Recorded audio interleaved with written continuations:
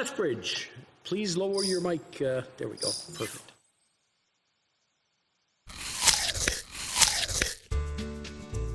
I'm afraid the honourable member's on mute.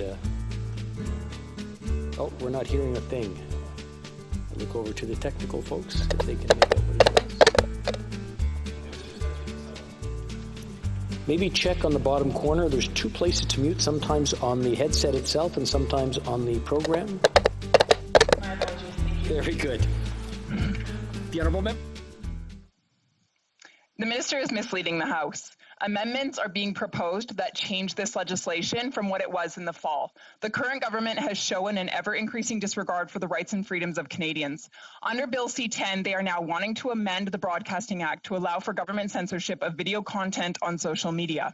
According to the minister, it's all about restricting content that, quote, undermines Canada's social cohesion. But what does that even mean?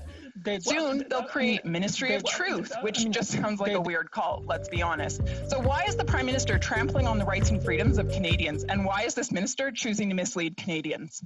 Honourable Minister. Thank you, Mr. Speaker. I think the member opposite is very confused because Bill C-10 is about the Broadcasting Act. It has nothing to do with online harms, which is another bill that will be introduced. And I am confused because the Conservative Party of Canada has asked us a number of times to intervene so that we can prevent online child pornography, which is exactly what we want to do. So are they saying that they're opposed to us trying to act on that, Mr. Speaker? The honourable member for Lethbridge. Again, the minister is trying to mislead Canadians. It's incredibly inappropriate and damaging. This is a quote.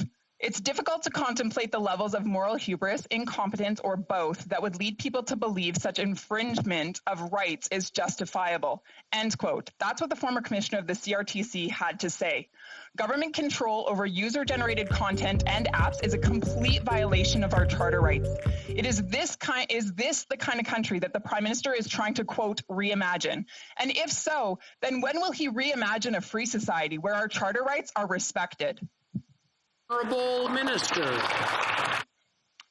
Thank you, Mr. Speaker. And unfortunately, it's the member opposite who's trying to mislead Canadians. We've said from the beginning, when we introduced Bill C-10, that user-generated content would be excluded, but that online platforms who act as broadcasters would be included in the legislation. This is exactly what the amendments that have been debated in the committee are trying to do, and that's what we will do, Mr. Speaker.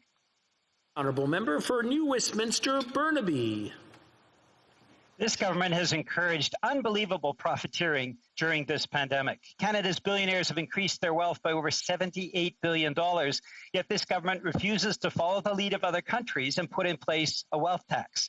Now, the Parliamentary Budget Officer has released new figures on how much a pandemic profits tax would bring. It's $8 billion, more than enough to put a roof over every Canadian's head and eliminate homelessness in Canada. Yet Liberals refuse yet again to curb profiteering. Why do Liberals always give a free ride to the ultra-rich? The Honourable Minister.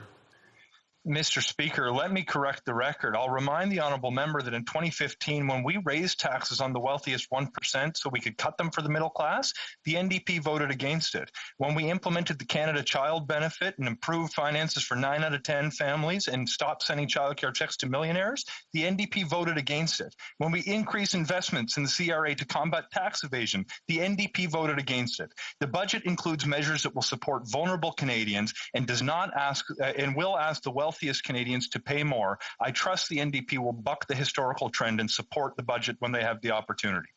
The honourable member for Winnipeg Centre. Mr. Speaker, the Prime Minister is just playing whack-a-mole. Forward a budget that gives so much help to Canadians, the Conservatives don't even have any questions on it.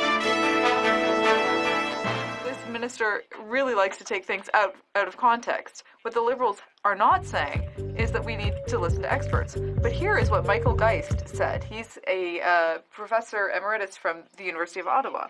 He said it's hard to understand the level of hubris or incompetence that would lead someone to believe that such an encroachment on rights is justified. He said it undermines fundamental democratic rights. So what does the minister have to say to these experts who are saying that this is an honourable minister. Thank you, Mr. Speaker. Well, the member for Richmond Arthur-Mascot didn't answer his own quotation here, asking us to intervene. It just doesn't make any sense. We've always said that users of platforms would be excluded. That's exactly what we're doing, Mr. Speaker.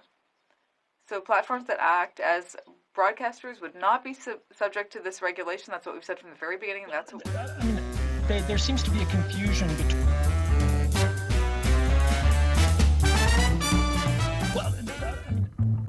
Don't forget to like, dislike, subscribe, and comment. Safe Space Cafe. And always, have a good day.